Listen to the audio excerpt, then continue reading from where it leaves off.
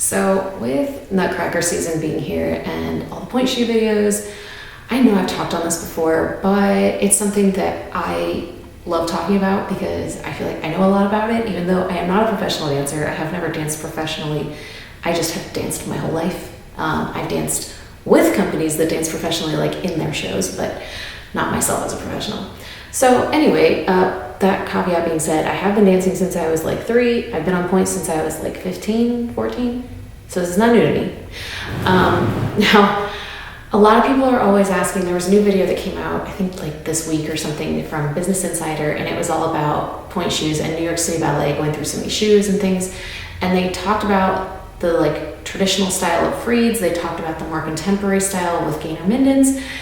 And there's a lot that people just don't understand. Every time I see videos where like dancers are breaking in their pointe shoes, like it is kind of like to get attention because they know the comments are going to go crazy of people going, why can't they make them for like better for every dancer? Why can't they? There's so many reasons to touch on. The main reason I can think of that most people don't understand, if you don't know ballet as well, you don't understand that it is very based on aesthetics and your line and how your feet in particular look while you're dancing. That's why there's such a big emphasis on like models doing ballet where they're in dance wear and they're like this and it's like, what is happening here? Like that's not, I don't even have the best feet. That's also a thing that I struggle with that I know other professionals struggle with too. So for me, pointing my feet, that's all I got. I don't have much of an instep and I don't have a ton of an arch. And that is genetics. I've been to physical therapy. No matter how much I do, that's about all I'm ever gonna have. So while I had a teacher who used to yell at me for not having better feet and having straighter knees, I'm like, this is my physical body type. Like that is what it is. So when you have those limitations, you look for ways to work around your limitations and like help you in other ways. So for me, looking for shoes that make my feet look better than they are, or that mold better to my feet so that it really looks like as much of my foot as possible is ideal for me. Wearing a blockier shoe that's maybe less wasteful because it lasts longer isn't necessarily an option for me. Now, if you guys know me, you know that I can wear 4 different types of pointe shoes. Like over the years, that's what I've narrowed it down to. I have tried so many. And I love trying them, but sometimes it gets exhausting. Because sometimes you don't know until you get them home and do more of the customizations for yourself, especially if you have feet like me where you don't instantly stand up in pointe shoes and they look amazing. It takes a lot for me to get them to look really good on my feet. But you guys know, I do have gainers. I do have Gainer Mindens. They are some of the like non-traditional made pointe shoes. They are wonderful pointe shoes, but they are kind of like a block on my feet. Sorry if the early part of the video was bright. I'm not used to using this camera to film on and I'm trying to get better about that. So with gainers, I can make them look good on my foot depending on how much I push my foot in the shoe, if that makes sense. But actually physically trying to dance in them is not as pretty for me in these shoes. And it doesn't matter what ones I get. I have tried these softest ones, but they do not, especially in the midfoot. And that's what people always complain about with them. And it's not that gainers can't be good shoes. It just depends on your foot type.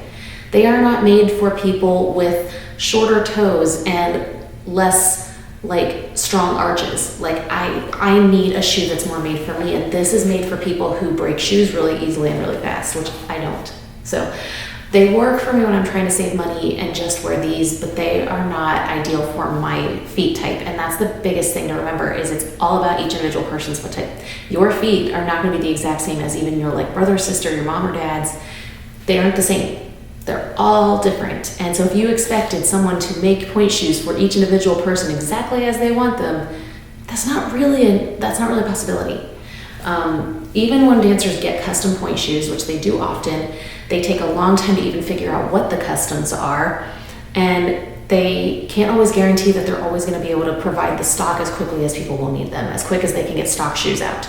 Definitely watch that documentary from Business Insider because it's going to give you more information on this too. But also, like, not everybody's customs mean that they're ready to go. So like, I don't think I have anything right here. I have a pair of custom Suffolk sonnets that I got. They didn't end up really working for me. But even with them being customs, I still had to modify them when I got them to fit my feet because the customizations they do aren't all the things I need. Now Freed offers probably the most of anybody in customizations, but they still are like, they're going to come extremely hard and boxy when you get them, so that then you mold them to your feet. So a lot of it is also not just destroying the point shoes, it's breaking them into your feet, to your foot. The maker can't do that for you. That's not a possibility. When those shoes break down, they mold to your feet. That's why, like, the more you dance in them, the more they fit you better, because the materials kind of break down and form better. And gainers do that to some extent too, because heat kind of helps gainers mold to your feet better. Ever since gainers switched, I am one of those people, like, I can kind of wear the USA ones, which is what this is. I cannot wear any of the new European ones, no matter how soft they are, if the vamp's lower. They break completely different on my feet, and they are way too stiff. So that's also really hurt their business. I think that so many people can't wear their shoes now that used to be able to. And I'm kind of surprised they haven't gone back after all this time of people still complaining about it. They don't work for me anymore. I have been scouring the internet to find USA made ones to wear when I can, just because, like, if I do photo shoots or anything, these are definitely what I want to wear because they last longer and they don't break down outside. But like I said, like, physically having to do fast movements and dance in them is not really a good thing. Freeds actually have made my feet stronger because they are so minimal on my feet compared to those shoes. Because I have to work so much harder to pull myself up in those shoes and to work through every individual joint and muscle, which I can't do in these. That's my own personal reason. I still like gainers for a lot of reasons, but they're not the ones that, if I had to dance in a show, they are not the shoe I'm picking. A lot of it is also going to depend on dancers that dance in certain ways, or dance certain, like, shows and repertoire. If you are dancing, like, say, Swan Lake, and you just need a really, really boxy, hard shoe to balance on and stay up and need it to last, you want a harder shoe. That's where, in my case, I would go for my Suffolk Sonnets, because they are a harder shoe that I can still move through, but they're boxier and better for balancing and that kind of work. Now, if I was dancing something like a Balanchine piece, or like the piece we did for our recital that was so quick and fast, I'm going for my Freeds, because I can get up and down so fast on them. Now, I cannot balance on these as well because they are thinner, because they are softer, but I can move really quickly in them. So that's kind of the point of the difference. The only other shoe that I do wear occasionally is Block Heritage Strong, just because for a while they were easier to get a hold of and cheaper. I don't know that that's so much true anymore. I still have a pair here, but they're kind of like my extra pair of if I don't want to break things too much. Now, I have a whole box right here. I probably should explain. The ones that are in bags are because those of you who know I had a point shoe bug situation this summer. Never happened to me before in all my years. It was one pair of Freeds, and I don't remember where I got them from. And they had bugs in the, thankfully I had kept them in their bag, and that was in there, and I was like, oh my gosh. So now I'm terrified with Freeds. So all of my Freeds, my old ones that are in my bin, and all the ones in here are in Ziploc bags. Now, not all of these shoes are ones that work like this. Let's see. This pair is a pair of Suffolks that kind of work. It's an in-between size that just doesn't quite fit me. Whereas this pair of Suffolks is my size. So it kind of just depends. I have Freeds in here that haven't really worked for me, but I want to use them because I got them. It's more just like if I just need shoes to do bar in, because doing bar and point shoes actually has strengthened my feet and everything's so much more. If I only need it for that, that's where I'm going to pull out one of those pairs that I don't like as much and use them till they die. These are my customs. I thought they were in here. Yeah, so these are my custom sonnets. So not the same size as the ones I just showed you, because I finally learned that I need a very different size, and a 5X is not it for me. It's a 4.5 double X. 4.5 double XN actually, so I don't even know if these are the right size, okay. But that's just part of it. The banging them on the floor is literally just to soften the box so that when you're dancing on stage, you don't hear the point shoes as much. Like if you're just doing rehearsal or class, you don't have to do that. That's for dancing on stage only, which yes, is where gainers come in handy because they are so much softer and quieter on stage. They do squeak a little. But again, like the new ones just don't work for my feet. And in general, if I was a company dancer trying to make myself look my best to get hired, to get picked for certain performances or certain roles, I'm going to wear the point shoes that make my feet look their absolute best. And that's not going to be gainers for me. Some dancers look amazing in them, and that's great, but it's usually people who have much stronger feet. They're not for the average person. So that's where for me, if I want my feet to look their absolute best, I'm picking one of these traditional style shoes. Traditional style shoes are going to break down faster. That's just the nature of it. That's how they work. So The other ones I've tried recently, so Block came out with, and I know you guys have seen this video I posted a while ago, the Flexus, which is basically supposed to be like a Freed. And it kind of even looks like one. I don't know how else to explain it. This is rock solid. Now, I think this is the Kaya. I don't know. They're really hard to get a hold of. I think the Sky is the other one, and it has a lower vamp and it's a little softer. So I probably should have gotten that one, but that was hard to find. So maybe someday I'll try that. This I still can't get over. I've had to soften this so much with water and everything, and I still can barely get over this shoe. So this is way too hard of a shoe. And that's with me even customizing it. And sometimes when you get shoes, sometimes when you get shoes like from a fitter, you know, they look fine in the store, but until you do your modifications, you don't know if that shoe is actually going to work for you. So sometimes in order to make a shoe work for you that you already got, and you're like, well, it is what it is now, you have to make those modifications just to make those shoes last. I've had to do that with pairs of Blocks that I've been fitted in before where, yeah, in the store they looked fine, they felt fine. I go to actually wear them in class after I've sewn them, and they're terrible. And sometimes it's sewing them that ends up making me go, well, I don't know that I really like these. They don't look as good on my feet. Sometimes that happens with gainers for me. Gainers pull me back more when I sew them. So it's been a challenge for me over years to work with my difficult feet. And I will say that is part of the reason that I personally love Freeds and traditional shoes. If I could afford to wear Freeds all the time and get a hold of the ones I want, then yes, I have a new pair coming to me that someone found of my maker and size, and I'm so excited about that.